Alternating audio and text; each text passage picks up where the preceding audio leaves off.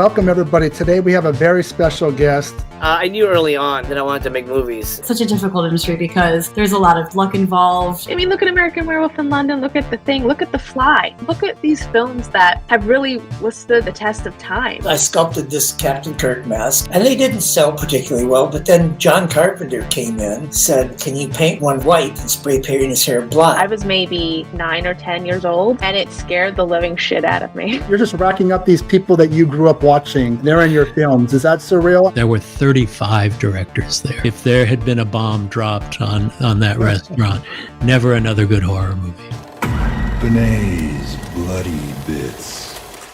Welcome to Triple B, and my name is Jason Benet, and today we're in another adventure with Where's the Blu-ray? And we're going to look at two films in particular, but before we get to them, let's go back down memory lane to the early 80s, cable television. That's kind of how I was discovering most of my films.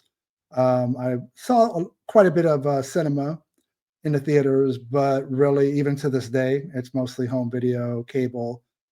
And there's one particular person that kept showing up in these naughty kind of films.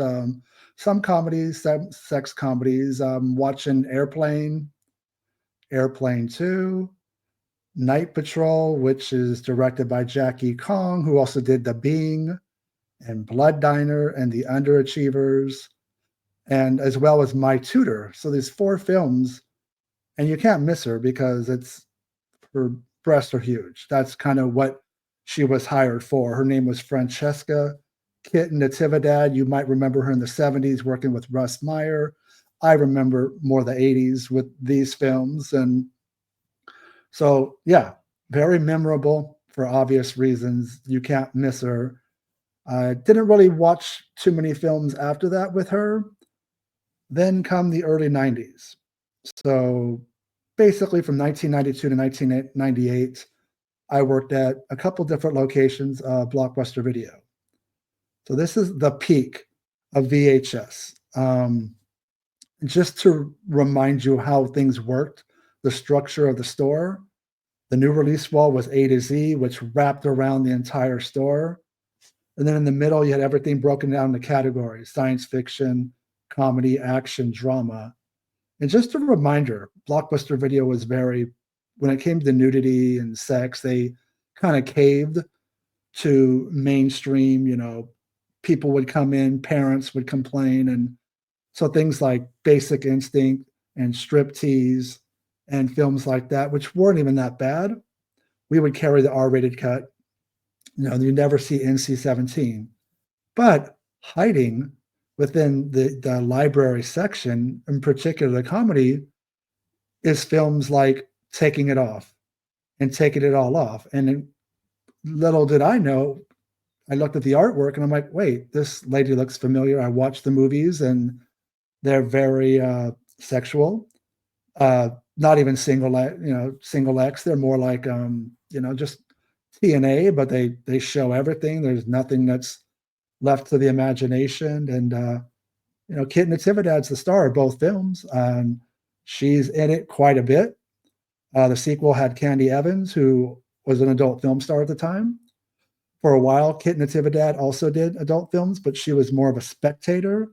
She really wasn't getting involved. I know in the early 90s, she was actually in them. And I don't know, perhaps she needed the money, but she did XXX films, not too many of them, but she was in them. The logo in these films it's Vestron Video. Now, in a perfect world, let's say they still own the rights to them. Except for a few boutique Blu-ray companies, there's no hurry to get sex comedies out, erotic thrillers on Blu-ray.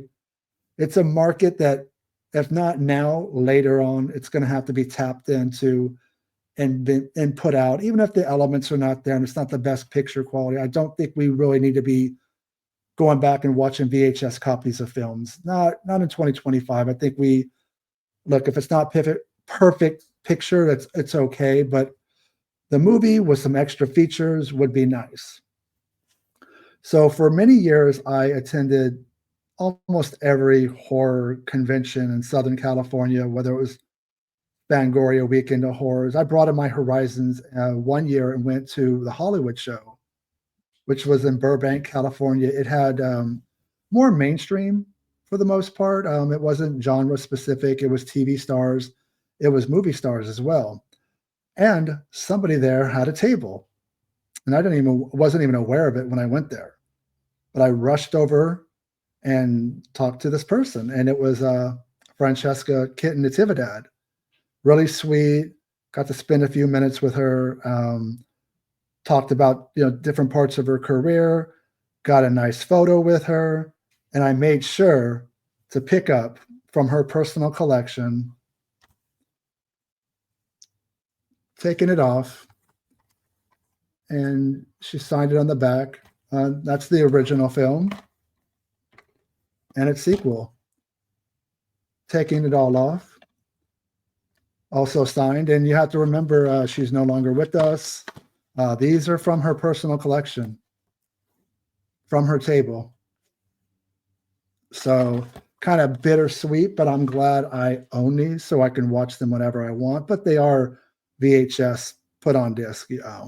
So it would be nice to upgrade to the Blu-ray. If that ever happens, I'm still going to hold on to these, sentimental reasons, obviously. And, but yeah, Vestron. I know recently I did a video where Michael Felsher was able to grab some films, but supposedly they might not have been with Vestron. They had moved over to the producer, but the Vestron line is interesting. It's hit or miss. Some years they put out 3 or 4 films.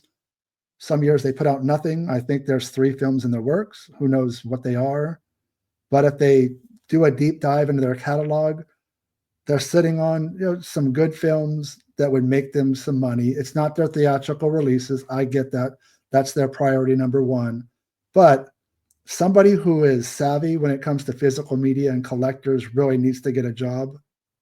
I'll sign up to work at Vestron underneath Lionsgate, because you have to remember there's Lionsgate and there's all these companies underneath it, and the Vestron Blu-ray line is one of them.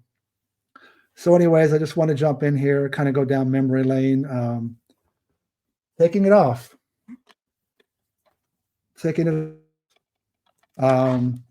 Francesca Kitten Natividad, who was larger in life personality. You could read up on her. She just had an incredible career, kind of did a little bit of everything. Glad I got to meet her, share some moments with her. Maybe one day this will be on Blu-ray.